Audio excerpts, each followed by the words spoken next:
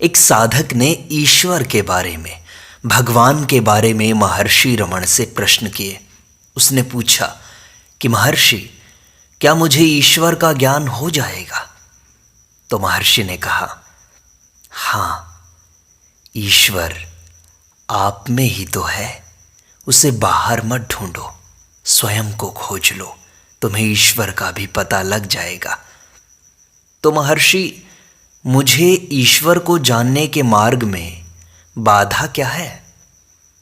आपका भटकता मन तथा विकृत आचरण ही मुख्य बाधा है। महर्षि, क्या ईश्वर पुरुष है कोई? हाँ, वह हमेशा प्रथम पुरुष मैं के रूप में आपके सम्मुख खड़ा है। चूंकि आप जगत की वस्तुओं को प्राथमिकता देते हैं, ईश्वर पृष्ठभूमि में चला गया सा दिखता है। यदि आप सब कुछ छोड़कर सिर्फ उसे ही ढूंढें तो केवल वही आत्मा के रूप में शेष रहेगा। तो महर्षि, क्या ईश्वर आत्मा से अलग है?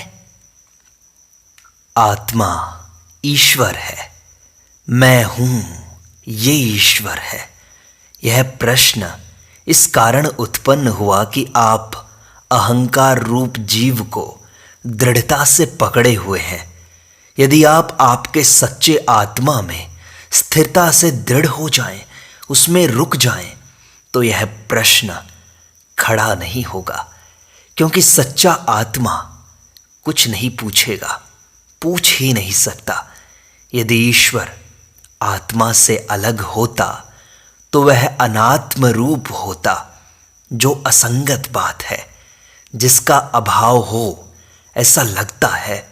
सिर्फ उस ईश्वर का ही वास्तविक अस्तित्व है, जबकि व्यक्ति दिखता है लेकिन उसका हमेशा अभाव है।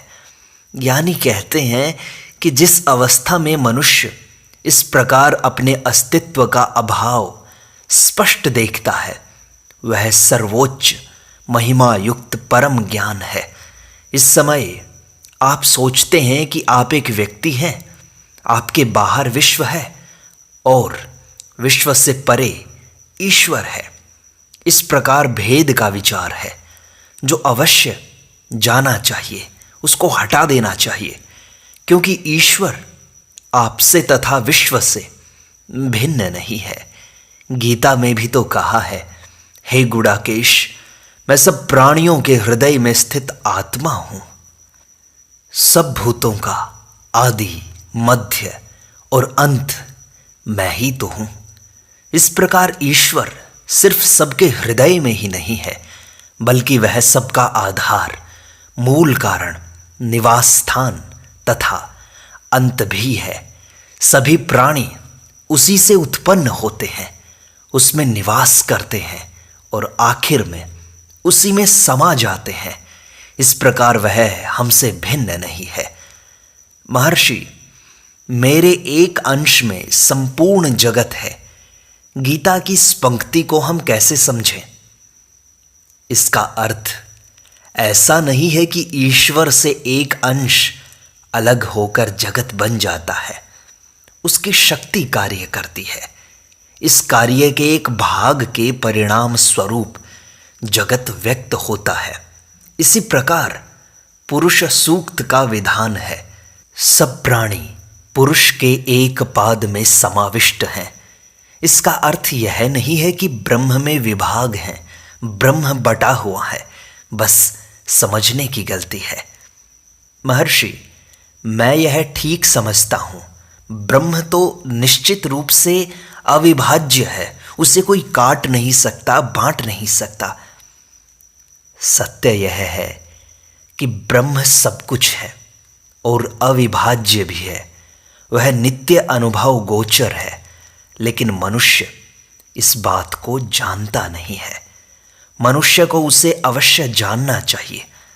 ज्ञान का अर्थ है उन अवरोधों को हटाना जो आत्मा ब्रह्म है, इस सनातन सत्य के प्रकाश का आवरण करते हैं। आपका अलग व्यक्ति होने का विचार सब अवरोधों का सामूहिक रूप है। महर्षि, आत्मा और ईश्वर एक ही है क्या, यह स्पष्ट नहीं हुआ। आत्मा का ज्ञान सबको है, लेकिन वह स्पष्ट नहीं है।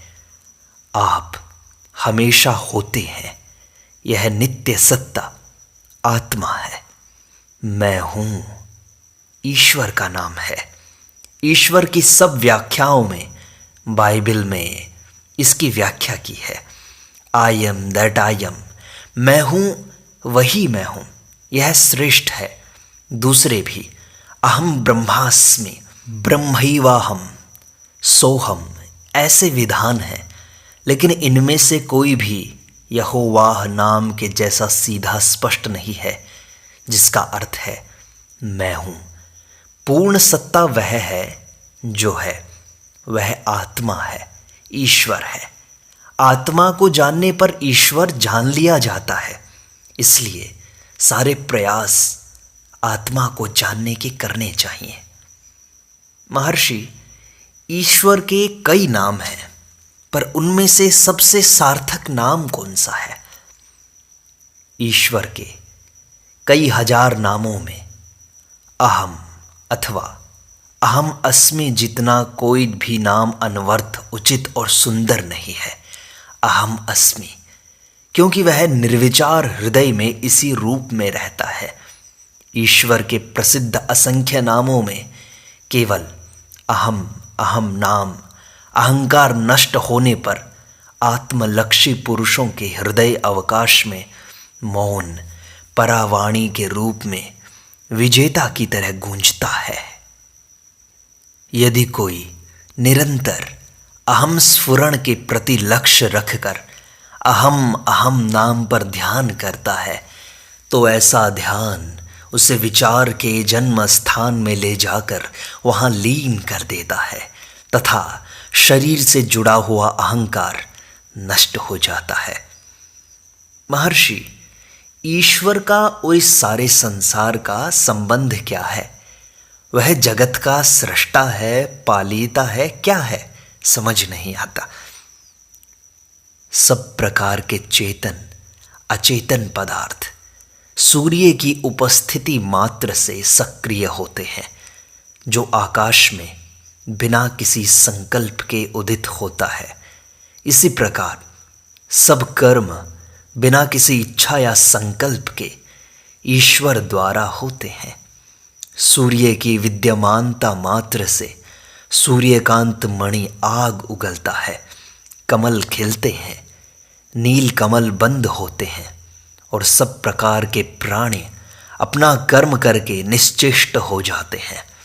जिस प्रकार चुंबक की मात्र सन्निधि से लोह शलाका गतिशील होती है एवं चंद्र के उदय मात्र से चंद्रकांत मणि से जल प्रवाहित होने लगता है, नील कमल खिलते हैं तथा दिन के कमल बंद होते हैं, उसी प्रकार असंख्य ब्रह्मांडों का व्यवस्थित संचालन केवल ईश्वर की सन्निधि से संपन्न होता है। पूर्णतया निस्संकल्प ईश्वर की सन्निधि में जीवित प्राणी अपने अपने कर्म अनुसार विभिन्न मार्गों पर चलते हुए विविध प्रकार के कर्म करते हैं। अंत में कर्म की निष्फलता का अनुभव करके पुनः आत्मा की ओर मुड़ते हैं और मुक्ति प्राप्त करते हैं। जैसे जगत का कर्मकलाप सूर्य को प्रभावित नहीं करता एवं पृथ्वी, जल, तेज और वायु के गुणधर्म निरअवयव अनंत आकाश को प्रभावित नहीं करते, ऐसे ही प्राणियों के कर्मों का मन से परे स्थित हुए ईश्वर पर कोई भी प्रभाव नहीं पड़ता। महर्षि, ये सृष्टि, सारा संसार शोक, दुख एवं अनिष्टों से भरा हुआ क्यों है? ईश्वर की इच्छा के कारण। तो महर्षि, ईश्वर की ऐसी इच्छा क्यों हुई? यह प्रश्न गहन है, असमाधेय है, इसका समाधान नहीं हो सकता, चाहे कितने भी प्रश्न पूछ लो। यह प्रश्न समाधान होने वाला नहीं है। उस शक्ति पर किसी भी हेतु का आरोपण नहीं किया जा सकता। उसे एक अनंत, सर्वज्ञ, सर्वशक्तिमान ईश्वर के विषय में किसी इच्छा या लक्ष्य प्राप्ति रूप प्रयोजन का विधान नहीं किया जा सकता। अपनी सन्निधि में होने वाले कार्यों से वह हमेशा अनछुआ रहता है, अस्पृष्ट रहता है। सूर्य एवं जगत के कार्यों की तुलना कीजिए। वह एक जब अनेक बनता है तो इसके पीछे किसी जिम्मेवारी या हेतु का आरोपण करना सर्वथा निरर्थक है। महर्षि, क्या सब कुछ ईश्वर की इच्छा से होता है? सर्वशक्तिमान ईश्वर के नियमों के विरुद्ध कोई भी कुछ भी नहीं कर सकता। इसलिए दुष्ट, मार्ग भ्रष्ट, भ्रांत मन के सारे उपद्रवों का त्याग करके ईश्वर के चरणों में मौन रहना श्रेष्ठ मार्ग है। महर्षि, पुण्य पाप के अच्छे बुरे फल देने वाला ईश्वर नाम का भिन्न विशेष पुरुष है क्या? हाँ, वह कैसा है? ईश्वर का नाम भी नश्वर, शरीर युक्त मन व्यक्तित्व है, लेकिन साथ ही उसमें आंतरिक मुक्ति एवं शरीर मन से परे चैतन्य होने की दृष्टि भी है। विश्व का सर्वोच्च सृष्टा पुरुष ईश्वर है, लेकिन यह बात उन लोगों की सापेक्ष दृष्टि में सच है जो वैयक्तिक जीव भाव के अस्तित्व को सत्य मानते हैं एवं जिन्होंने अभी परम सत्य का साक्षात्कार नहीं किया है। परमार्थ सत्य के दृष्टिकोण से ज्ञानी एक अपौरुषेय निराकार आत्म तत्व से भिन्न अन्य किसी के वास्तविक अस्तित्व का स्वीकार नहीं कर सकता। ईश्वर का भी भौतिक शरीर होता है, आकार और नाम भी होता है, लेकिन वह इस भौतिक शरीर जैसा ठोस नहीं होता। भक्त के द्वारा अपनी भावनानुसार रचे हुए उसके रूप का दर्शन किया जा सकता है। ईश्वर के अनेक नाम रूप होते हैं तथा प्रत्येक धर्म में भिन्न भिन्न होते हैं। उसका और हमारा तत्व एक अद्वितीय निराकार सत्ता रूप आत्मा एक समान है। अतः जिन रूपों में वह व्यक्त प्रकट होता है वे कृत्रिम दिखावा मात्र होते हैं। विश्व के सब जीवों तथा पदार्थों में ईश्वर व्याप्त है। सब जीवों एवं पदार्थों की समष्टि ईश्वर है। वह एक ऐसी शक्ति है जिसका छोटा सा अंश संपूर्ण ईश्वर के रूप में प्रकट हुआ है और शेष भाग अव्यक्त रूप में सुरक्षित रहता है। यह अव्यक्त सुरक्षित भाग एवं भौतिक विश्व रूप में अभिव्यक्त भाग दोनों मिलकर ईश्वर का पूर्ण स्वरूप बनता है। तो महर्षि, अंततो गत्वा ईश्वर असत्य है क्या? ईश्वर विषयक हमारे ख्याल से उसका अस्तित्व प्रमाणित होता है। पहले हमें वह किसका ख्याल है यह जानना चाहिए। ख्याल हमेशा करने वाले के अनुसार ही होता है। ढूंढ निकालिए कि ईश्वर का ख्याल करने वाले आप होते कौन हैं, आप हैं कौन, और सारे प्रश्नों का समाधान झट से आपको मिल जाएगा। ईश्वर, परमात्मा, सृष्टा, परम पुरुष, सबसे आखिर में लुप्त होने वाला असत्य आकार है। केवल निराकार पूर्ण सत्ता ही सत्य है। इसलिए न केवल विश्व, न केवल अहंकार, बल्कि परम पुरुष परमात्मा भी असत्य है। हमें पूर्ण को ही प्राप्त करना चाहिए, उससे कम किसी को भी नहीं। महर्षि, आप कहते हैं कि सर्वोच्च ईश्वर भी केवल एक ख्याल है। उसका यह अर्थ नहीं कि ईश्वर है ही नहीं। नहीं, ईश्वर अवश्य है। तो महर्षि, वह किसी विशेष स्थान में या विशेष आकार में होता है क्या? यदि वैयक्तिक जीव एक आकार है तो उसका मूल आत्मा जो ईश्वर है उसे वह साकार दिखेगा। जब तक मनुष्य ने आत्म साक्षात्कार नहीं किया है तब तक उसके लिए ईश्वर भी साकार दिखेगा। यदि मनुष्य स्वयं निराकार हो तो जैसे अन्य पदार्थों का ज्ञान नहीं होगा, यह कैसे कहा जा सकता है कि ईश्वर साकार है। दीर्घ काल तक किए गए ध्यान से भक्त जिस किसी रूप का निरंतर चिंतन करता है वह स्वरूप ईश्वर धारण कर लेता है। इस प्रकार यद्यपि वह अनेक नाम रूप धारण करता है, ईश्वर वस्तुतः निराकार चैतन्य है। जहाँ तक ईश्वर के निवास स्थान का सवाल है, वह हृदय के अलावा अन्य किसी स्थान में निवास नहीं करता। अहंकार के कारण उत्पन्न हुए भ्रम से, अर्थात मैं देह हूँ, इस विचार से ईश्वर का साम्राज्य कहीं और मान लिया जाता है। निश्चित मानिए कि हृदय ईश्वर का साम्राज्य है। जानना चाहिए कि आप वह पूर्ण प्रकाश हैं जो ईश्वर के साम्राज्य का अस्तित्व संभव बनाता है और उसे अत्यंत आश्चर्यमय स्वर्ग के रूप में प्रकाशित करता है। इस सत्य को जानना ही ज्ञान है। इसलिए ईश्वर का साम्राज्य आपके भीतर है। तुरीयातीत रूप वह अनंत आकाश जो अकस्मात परिपक्व साधक के हृदय में पूर्ण चित्तलय होने पर नए और पहले न जाने गए अनुभव के रूप में प्रकाशित हो उठता है, वही शिवलोक ईश्वर का साम्राज्य है जो आत्म प्रकाश से जगमगाता है।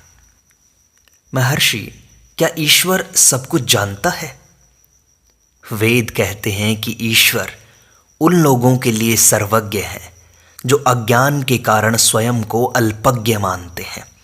लेकिन यदि कोई उसे वस्तुतः कहे कि वह वैसा है, वैसा जाने, वैसा उसको जान ले कि ईश्वर का स्वरूप क्या है, तो स्पष्ट होगा कि ईश्वर कुछ नहीं जानता, क्योंकि उसका स्वरूप नित्य, सत्य और पूर्ण है, जिससे अलग जानने योग्य कुछ भी तो नहीं है।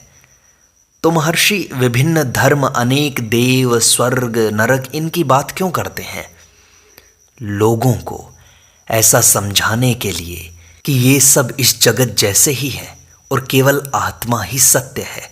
साधकों के दृष्टि बिंदु के अनुसार धर्म हुआ करते हैं, इस बात का ध्यान रखना। महर्षि, विष्णु, शिव, इनका अस्तित्व है क्या? हाँ, केवल मानवीय जीवों का अस्तित्व हो ऐसा तो नहीं है। और उनके कैलाश, वैकुंठ इत्यादि पवित्र निवास स्थान सत्य हैं क्या? उतने सत्य जितने आप इस शरीर में हैं। तो महर्षि, उनका मेरे जैसा कोई भौतिक अस्तित्व है या सिर्फ शशशृंग खरगोश के सींग जैसी कल्पना मात्र है? उनका अस्तित्व है। यदि है तो कहाँ है? जिन्होंने उनको देखा है वे कहते हैं कि वे कहीं पर हैं, इसलिए हमें उनकी बात तो माननी चाहिए। तो वे कहाँ हैं महर्षि? आपके भीतर हैं। तो यह केवल एक विचार है जिसे मैं उत्पन्न कर सकता हूं तथा उसका नियंत्रण कर सकता हूं। सब कुछ ऐसा ही तो है, सब कुछ विचार मात्र है। ये जगत एक विचार है। यदि तुम विचार को नियंत्रित कर लो तो जगत भी तो नष्ट हो जाएगा। और यदि तुम अपने आप को जान लो कि तुम न शरीर हो न मन हो, तुम जानोगे कि तुम केवल आत्मा हो। और सदैव तुम्हें यही प्रयास करना चाहिए कि तुम आत्मा हो। और उस स्थिति में सारे संशय, सारा मन मिट जाता है। मन से दुख, द्वंद्व मिट जाते हैं। तुम किसी प्रकार के प्रश्न नहीं पूछोगे उस अवस्था में। केवल शांति रहेगी, केवल समाधान रहेगा, केवल अपने शुद्ध स्वरूप में रहोगे, मुक्त स्वरूप में रहोगे। हमेशा अपने आप को जानने की कोशिश करो, ईश्वर अपने आप जान लिया जाएगा।